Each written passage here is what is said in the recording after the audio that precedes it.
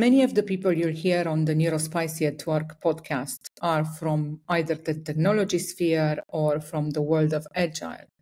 This is because, as I have said many times before, when it comes to agility in the business world, those of us who are neurospicy do better than others. It is entirely a theory of mine that I would like proven by science eventually. But of the examples that I bring to this podcast, today's example is most prevalent, if you wish.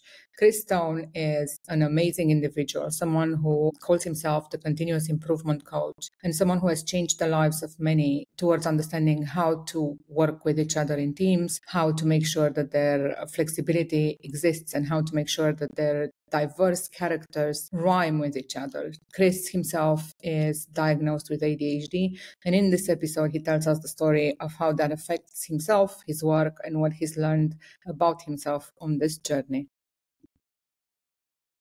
Hello, everyone, and welcome back to NeuroSpicy at Work. I have Chris Stone with us today, and as you heard in the intro, he's someone who means a great deal to our community in the Agile and technology sphere, but he's more importantly someone who is very courageous in speaking about his diagnosis. So welcome, Chris. Thank you for accepting my invite. At long last, we made the time.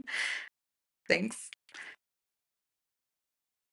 It's a pleasure. Thanks for inviting me. I'm sorry it took so long. And yeah, happy to be here, share my experiences around neurodiversity at work, in the workplace, Thanks a lot and for that. otherwise. I'll start by asking from the get-go kind of whether or not you are formally diagnosed and what that diagnosis is. And more importantly, when did you start disclosing in the workplace? So I am formally diagnosed by a psychiatrist and I do take medication for it. This happened around 1.5, 2 years ago. So I'm 38, late in my life. You know, I'm a long way into my journey. Lots of years with no idea that I was neurospicy. And to be honest, as soon as I was diagnosed, I told people straight away. It was just I've been honest in the past about my depression as well. So I've always been open to sharing real experiences. And in my experience, whenever I've done so, everyone is so appreciative. They will often message me privately and say, thank you for sharing that. You know, that experience really resonates. It's amazing for someone of your, I guess, presence online to be comfortable sharing that sort of thing. So to me, it's an important part of my working ethos and principles in life to help others feel comfortable talking about their experiences. Awesome. And thank you for putting it that way. I know exactly what you mean. I get on average about 5-10 messages once any of these episodes airs of people saying this is good. That, you know, we hear people that like us have been around on social media and particularly LinkedIn with a certain professional stance, let's say. I was going to say status, but that's really self-important for no reason. That kind of to hear those experiences and to hear being as open as that. I will say that between, you know, the two of us, if we were to compare, you're a lot more open than I had been. I was forced into disclosure and didn't do it as voluntarily as that. But now that I can absolutely see that I should have done this sooner. It hasn't really changed much. But I was going to ask in terms of something you've mentioned is really important. I don't think we've had anyone on the show yet who has openly said that they are on medication. I am too. I know that it's a topic of interest to most of the people that are listening to this, because making that decision of whether or not to take any medication, in particular if you're late diagnosed, is not as straightforward as that. So when you found out that you said is it a clear diagnosis of ADHD, or is it ADHD combined with, is it ADHD or ADHD on its own, and how did you make that decision towards medication? So a diagnosis is ADHD. They did query some things, and I think they were in the same vein when they are doing the diagnostic testing with, I think it's DSM-5. They are trying to work out if there are other things that impact you as well. And there were hints of things that may suggest autism as well. But for me, it was primarily ADHD, a combined inattentive and hyperactive, so no strong way either or. And when I was diagnosed, again, you're intrigued. I found myself like hyper focusing on learning everything about ADHD, people's experiences, how they handled it, what next. And I'm like the next weeks and months, I was just researching everything, consuming all the materials about this, because I was like, wow, this makes so much sense. Oh my God. When you speak to a psychiatrist and you get your diagnosis, they present options. They can say, well, you've got this, and medication is one of them. And you can go into a process called titration, where they begin you on a dose of something, and then you meet with them again and again, and you share experiences. So the decision for me to take medication was because fundamentally, if I wasn't, I'd basically be accepting a harder reality, right? It's like I've been playing a video game all my life on hard mode, completely unaware, and that some of the things that I found difficult were because I couldn't motivate myself. I didn't get the dopamine rewards. I didn't get the desire to keep doing something like, I don't know, cleaning the house or cooking or admin. Admin is like nails on a chalkboard for me. So medication for me was all about bringing myself back to just a normal level that others are experiencing, rather than just accepting a I love harder that, and thank reality. you for sharing kind of what it looked like for you. I saw not very long ago something that finally made sense for me, and I wish I was told ages ago. A description by a neuroscientist that was speaking about a particular patient they had who had struggled all her life, couldn't really tell why. She was suicidal when he met her.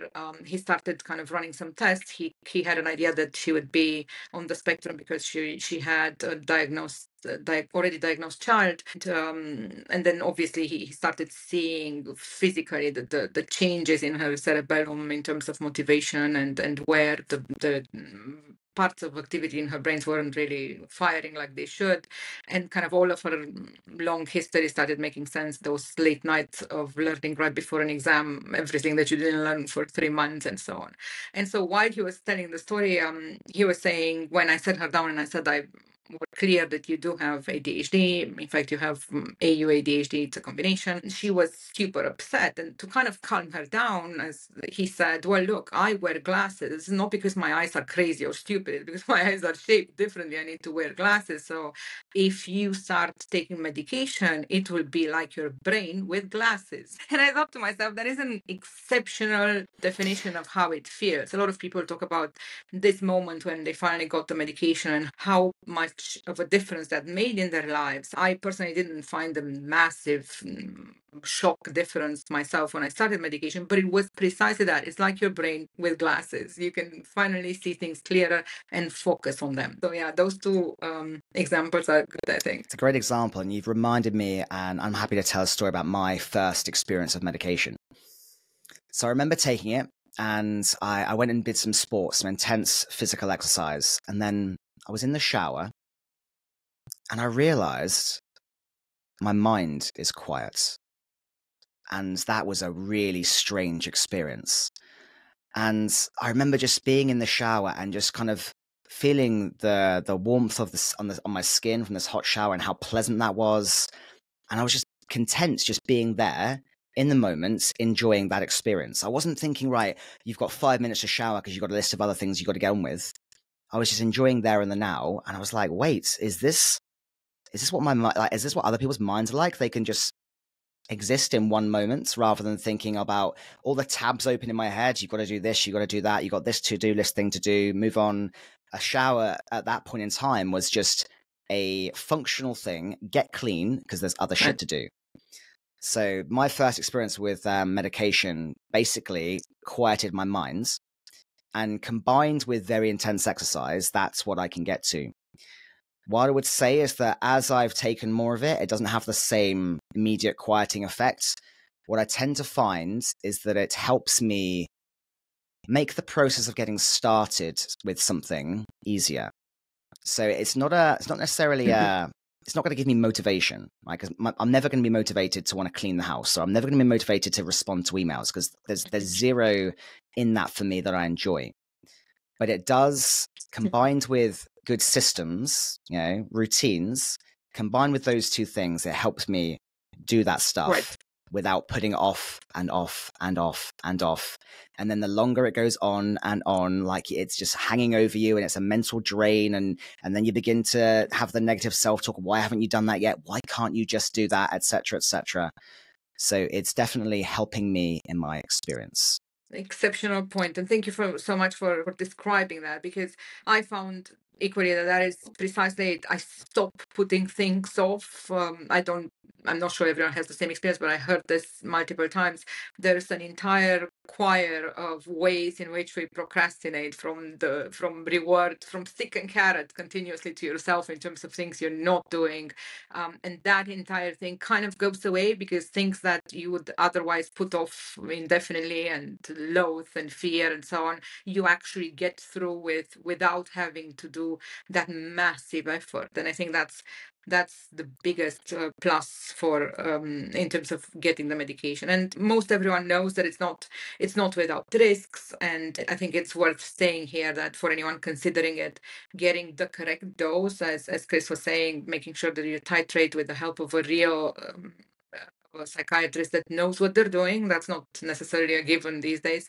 It's super important, but finding the correct dose and using that on the days that you otherwise would cause yourself more trauma to just get through life is incredible. So completely advise people to just check if that's an option for them.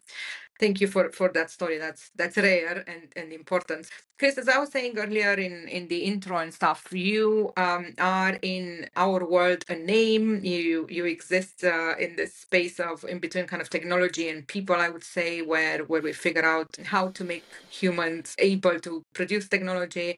How have you found that your neurospiciness fits in this particular area when we come to talk about agile and project management and creating products in technology and doing that with teams that are capable of doing it? For me, I am often told that I am limitlessly creative. That was genuinely someone said to me today exactly.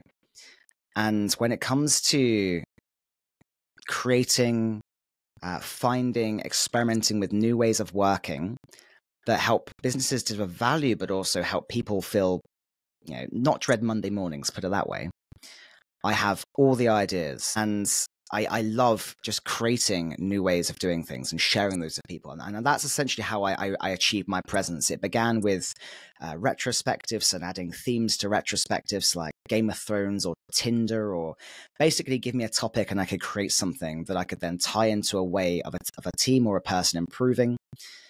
And it's basically that. It's there's a problem to be solved, and immediately lots and lots of ideas come through. And then not only will those ideas come, I'll then combine them with how I've seen things been done in other industries that you might not expect them to be done with. And then it just results in new ways of doing things that bring about impact. So for me, it's an absolute ideas machine. And if I am in any way motivated by what I'm doing, like a particular challenge, then I'll work on that relentlessly. Right.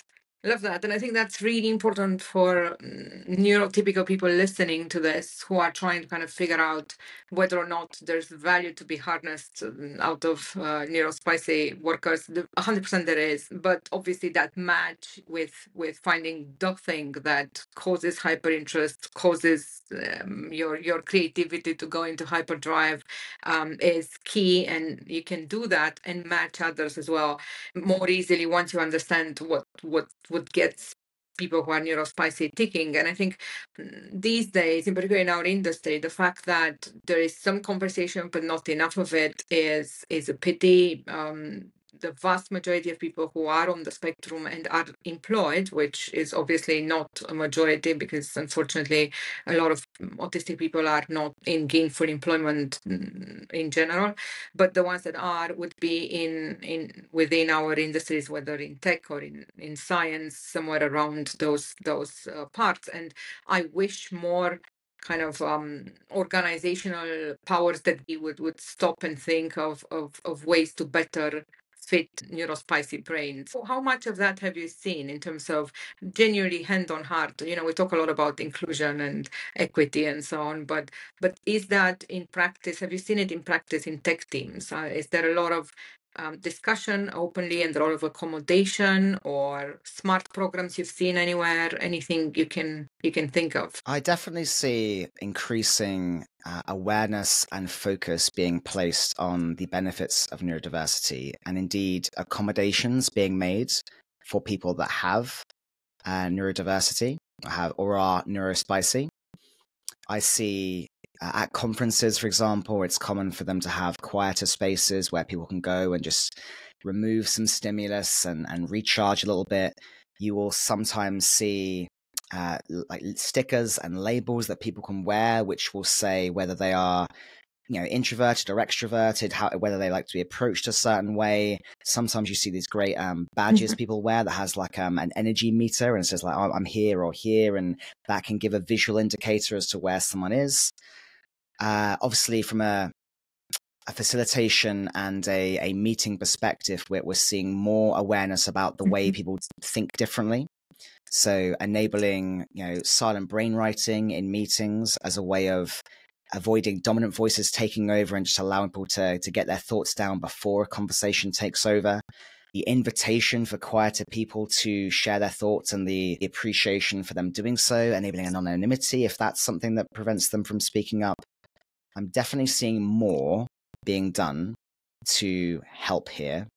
There is still obviously a long way to go, but there I are like signs. that. That's hopeful. And I think we don't say this enough. There are small things that are techniques that could be super useful. Some of the things we've mentioned on this podcast before have been an exchange of readmes at the beginning of meetings, or of when those teams are storming and starting to create themselves.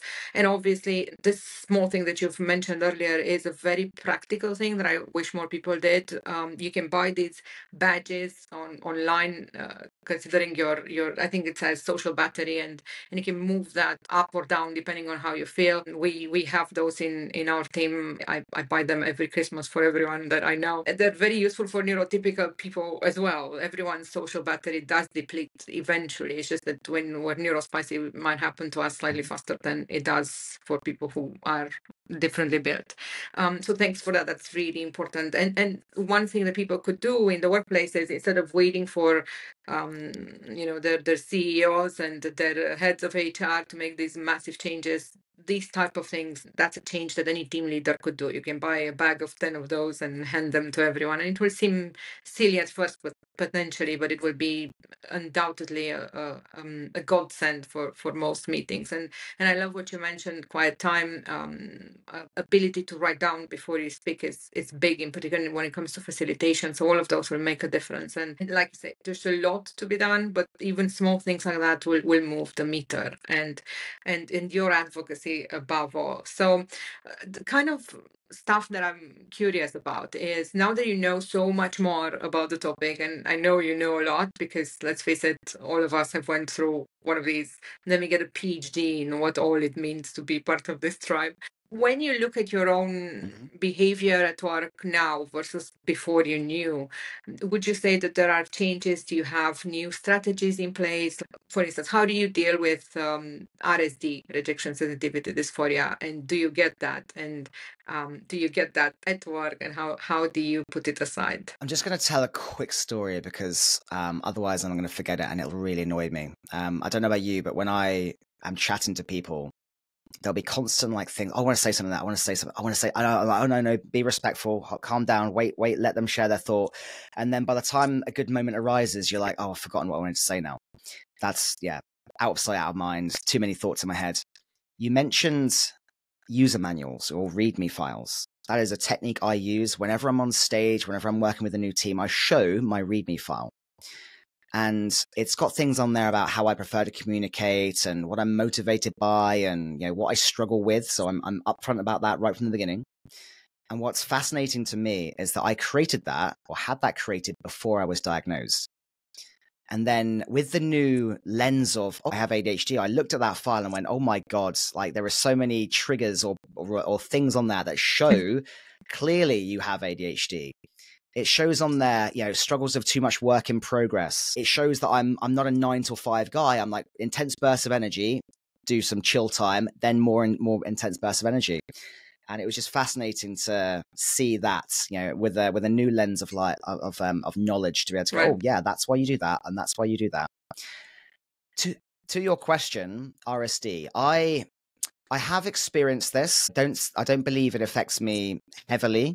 The reason being, my ADHD comes with a comorbidity background of depression.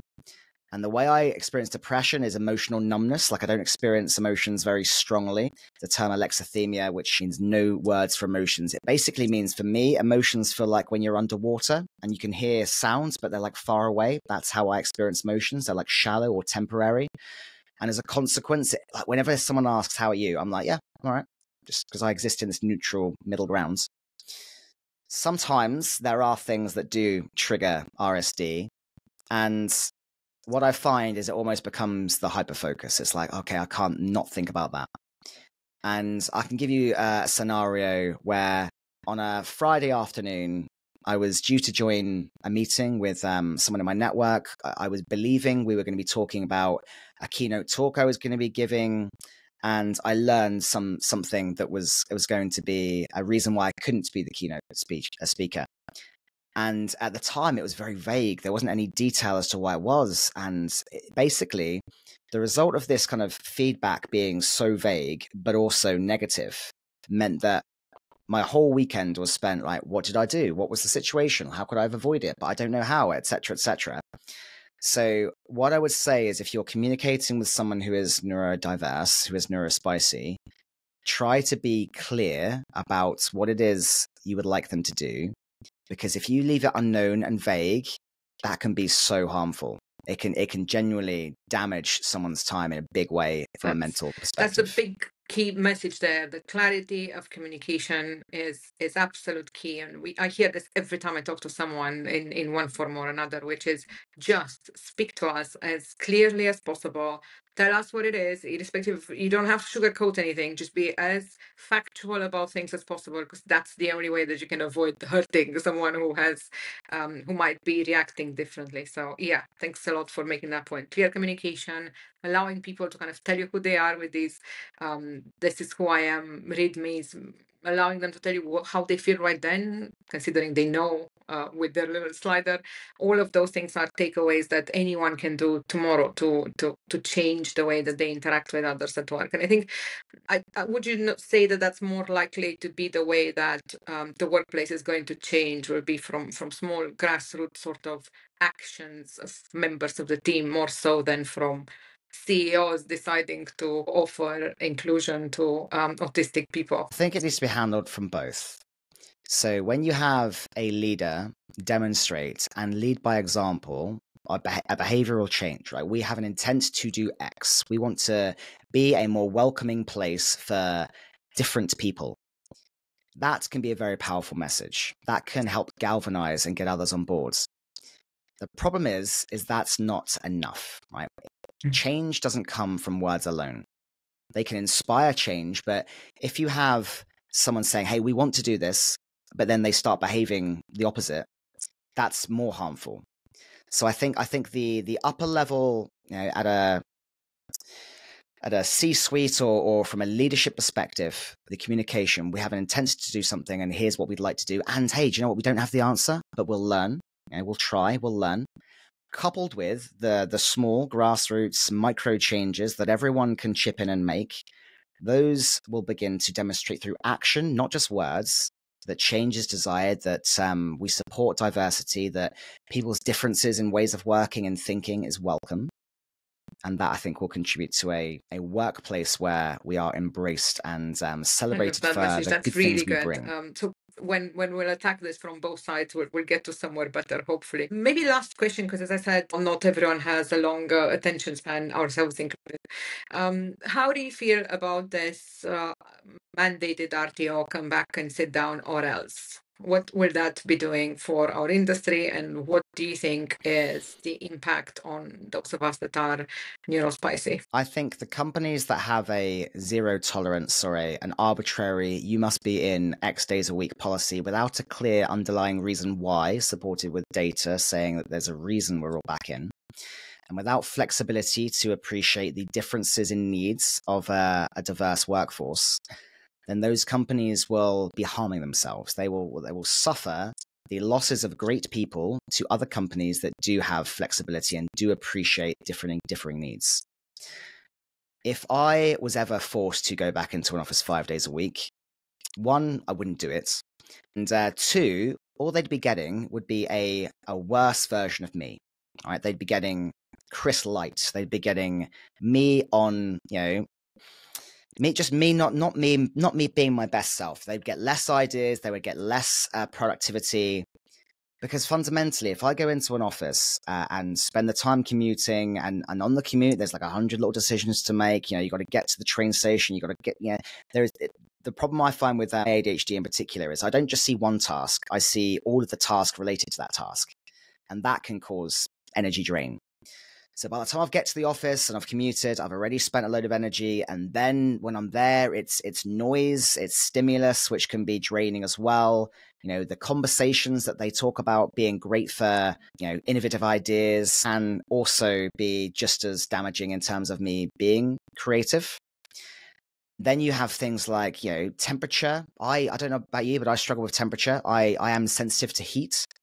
And the problem is if I'm in an office and it's too warm, it's very, very not acceptable for me to remove certain levels of clothing, right? If I start getting too warm, I can't take any more clothes off, but someone can put more clothes on if they get cold, and that's fine. And when I get too warm, right, my brain hyperfocuses on how uncomfortable I am. And there it stops focusing on the work stuff. So just a temperature thing can become a problem for me. The impact I believe it will have on people is you'll have people going to work that aren't having their needs met, that aren't working in a way that best suits their working style or makes them their best selves. Those people will start to think about other opportunities. They may leave, and if they don't leave, their morale will be dropping, which again has an impact on how productive they are.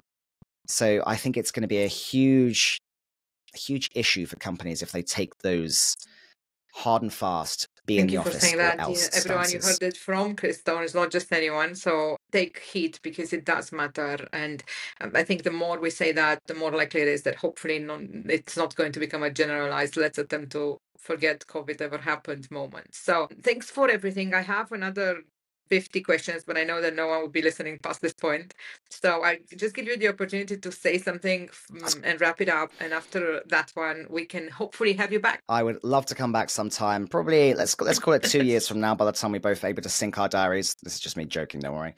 All I will say is I think neurodiversity is an amazing thing. I don't tend to refer to it personally as a superpower because I think that can belittle the genuine struggles that you can go through. The mental torture, the energy levels just being expended by existing for someone who's neurodiverse.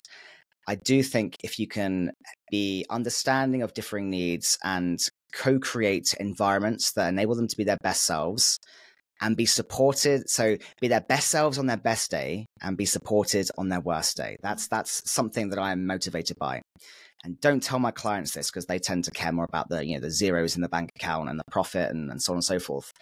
But I care more about that side of things, helping people be their best selves on their best day, be supported on their worst, and not dread Monday morning. Because we are people first, love that. employees Thank second, you so much fundamentally. for putting it that way. And thank you for coming over, Chris. And hopefully we'll get you back before the 2 years mark. Thanks again for today. Bye. Here's hoping. Thank you. Bye.